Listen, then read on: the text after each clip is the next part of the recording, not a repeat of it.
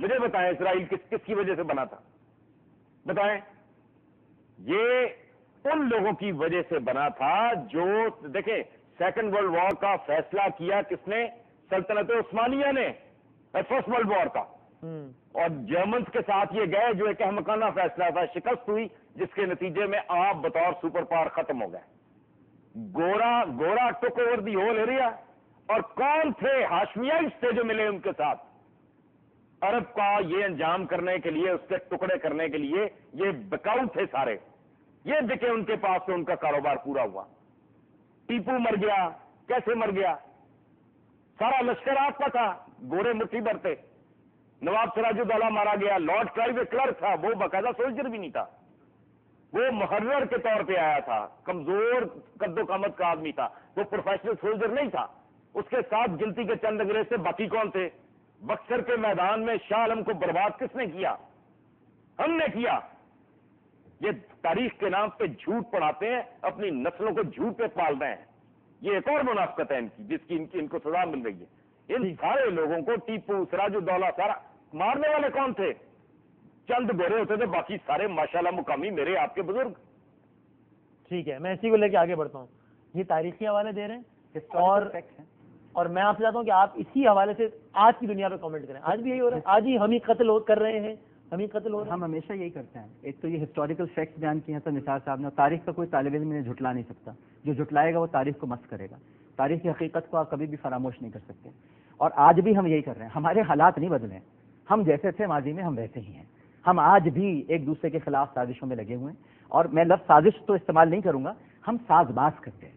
سازش نہیں کرتے، ہم ساز باز کر لیتے ہیں. ہم اپنے نئے دوست بنا لیتے ہیں. اور امہ کا تصور تو اس وقت ہوتا ہے وسیم بادامی صاحب جب ممالک نہیں ہوتے.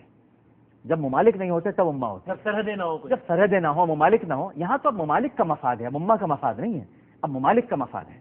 اب اردن کا مفاد ہے، اب لیبیا کا مفاد ہے، اب متحدہ عرب امارات کا مفاد ہے، اب سعودی عرب کا مفاد ہے. مسلم امہ کا مفاد نہیں ہے. مسلم امہ کا مفاد ہو تو بہت سارے معاملات پر ان کو کھڑا ہونا چاہیے تھا. بہت سارے ایشوز ایسے تھے جن پر ان کو بات کرنی چاہیے تھی. لیکن اب مسلم امہ ہے ہی نہیں، تصور نہیں ہے اس کا. ہم بالکل صحیح فرما رہے ہیں. ایک بڑا رومانوی لفظ ہے، بہت اچھا لگتا ہے بولنے میں، بڑا آئیڈیالزم کا شکار ہے اور شاہکار ہے یہ لفظ. لیکن ہم میں سے کیا کیا کیا مسلم امہ والی بات ہے ہم میں؟ کیا ہم تڑپ جاتے ہیں؟ ہمیں فکر ہوتی ہے ریمنڈ چلا گیا، آپ نے دیت دلوا کے اسے رخصت کر دیا.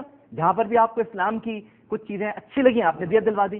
آپ نے کہا جی شرم یہ چونکہ جائز ہے کہ اتنے لاکھ لے کے تو عافیہ کا کیا ہوا؟ اگر وہ بھی تو ایک مسلم امہ کا حصہ تھی. اگر آپ کچھ کر ہی رہے تھے تو آپ یہ بھی کر لیتے. لیکن کوئی مسلم امہ کا تصور نہیں ہے. اور جو ہم ماضی میں کرتے آئے ہیں، جو حسن نثار صاحب نے کہا نا کہ ٹیپو سلطان ہو یا سراج الدولہ ہوں، غداریاں کس نے کی؟ میر جعفر اور میر صادق آپ ہی کی صفوں میں رہے نا. یہ باہر سے تو نہیں آئے نا لوگ، انہی کو خریدا گیا. خوازم شاہ کے خلاف اگر شہر کے دروازے کھولے ہیں چنگیز خان کے حکم پر تو کس نے کھولے؟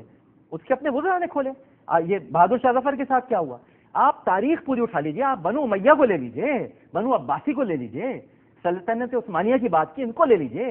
تو یہ سب کچھ ہم نے اپنے اندر سے کیا. اور ہم بلیم ہمیشہ، الزام ہمیشہ ہم غیروں پر ڈالتے ہیں کہ بھائی غیروں نے کیا ہے. بھائی غیر تو کریں گے، غیروں کا تو کام ہے، وہ تو سازش کریں گے. وہ آپ کے دوست کب سے ہو گئے؟ وہ تو کریں گے. آپ نے کیا کیا؟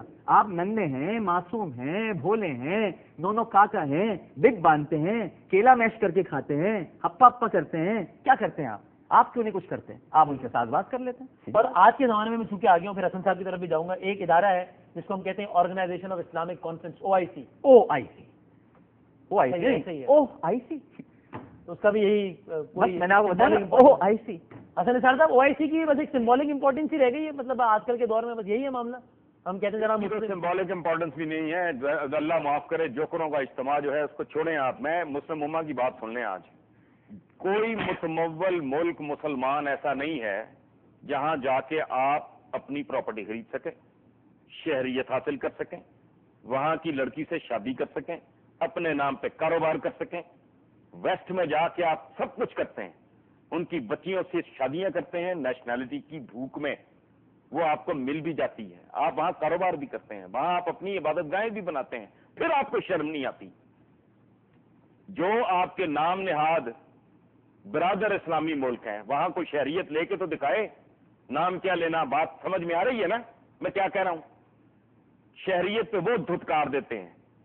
وہ ایک کفیل نامی آدمی ہے، اس کے نیچے آپ کو لگا دیتے ہیں، جو جب دل کرے ٹھوڈا مار کے آپ کو باہر نکال دیں، تال رفیق کر کے حقارت کا سلوک ہوتا ہے۔ یہ آپ کی امہ جس کے پاس چار، وہ کل تک چاہے بھیک مانگ رہے ہوں، خود ہی پاکستان بننے سے پہلے بھکاریوں کی طرح یہاں آتے تھے، بس پیٹرول نکل آیا، اور پیٹرول بھی کس نے نکالا؟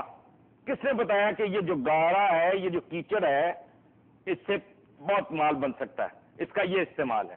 کون سی امہ؟ ہاں وہ دو مسلمان ممالک، اس میں شاید کوئی عزت ہوتی ہو، جو دونوں ہی ایک جیسے بھوکے ننگے جاہل ہوں گے، جن کے پاس پیسہ آ گیا ہے وہ دھتکارتے ہیں، وہ آپ کو منہ نہیں لگاتے۔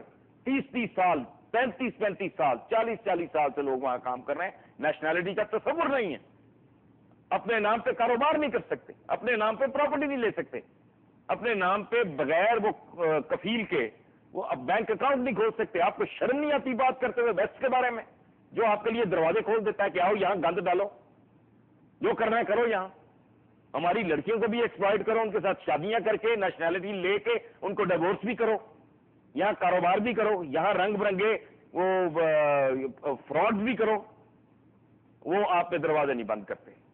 اچھا کمال کی بات ہے، وہاں بیٹھ کے جو ان ملکوں کے خلاف جس برتن میں کھاتے ہیں اس میں چھید کرتے ہیں، باز نہیں آتے، اس کے باوجود وہ اکوموڈیٹ کرتے ہیں، وہ نکالتے نہیں، دھتکارتے نہیں۔ مسلم ورلڈ جو کھاتا پیتا ملک ہے، ذرا جا کے تو دکھائیں، برونائی کے پاس پیسے کی کمی ہے، وہ کیوں نہیں 5, 7, 10 لاکھ پاکستانیوں کو وہاں اکوموڈیٹ کر لیتے؟ انہیں پتا ہے یہاں آ کے گند ڈالیں گے، پیسے کی کمی ہے، بے شمار ملک ہے، وہ نہیں منہ لگاتے آپ، بڑی ویسٹ آپ کو گود میں رکھ لیتا ہے، ٹھیک ہے، میں گود میں بیٹھ کے آپ ان کی داڑھی کھینچتے ہیں۔ یہ عامر لیاقت صاحب اس پہ تو کامنٹ کریں، یہ کیا معاملہ ہے؟ وہ کہہ رہے ہیں آپ 20-30 سال کام کریں، وہاں کی شہریت تو نہیں ملتی، ویسٹ دیتا ہے آپ کو؟ صحیح کہہ رہے ہیں، ویسٹ سے شہریت نہیں دیتا بلکہ آپ کی پیپر میرج کو بھی ایکسیپٹ کر لیتا ہے۔ آپ تو جعلی شادیاں بھی کرتے ہیں وہاں جا کر، حسن نثار صاحب یہ بتانا بھول گئے، ہم تو جعلی شادیاں بھی کرتے ہیں وہاں جا کے، اور ہم جو یہاں بڑے، میں نے کہا ہے نا جی کہ ان کی لڑکیوں کو ایکسپلائٹ کرتے ہیں، ہاں پیپر میرج کر لیتے اسی ہیں، طرح اشارہ جی رکھتا۔ جی جی جی جی جی تو مطلب یہ ہے کہ یہ تو حقیقت ہے۔ اب مطلب ان کی کسی بات، ہاں آپ اگر ایک جذبات میں آ کر، میں نے جیسا کہ شروع میں عرض کیا تھا کہ اگر حسن نثار صاحب کی باتوں کو آپ ایک مخصوص اینک لگا کر اور ڈیفینڈ کرتے ہوئے اپنے موقف کو جھٹلانے کی کوشش کریں تو آپ، افلاطون کا ایک جملہ ہے وہ میں عرض کر دیتا ہوں کہ بچے اگر اندھیرے سے ڈر جائیں تو تعجب نہیں، لیکن بالغ روشنی سے ڈرنے لگیں تو یہ حیرت کی بات ہوگی۔ یہ تو روشنی ہے، میں اس میں کیا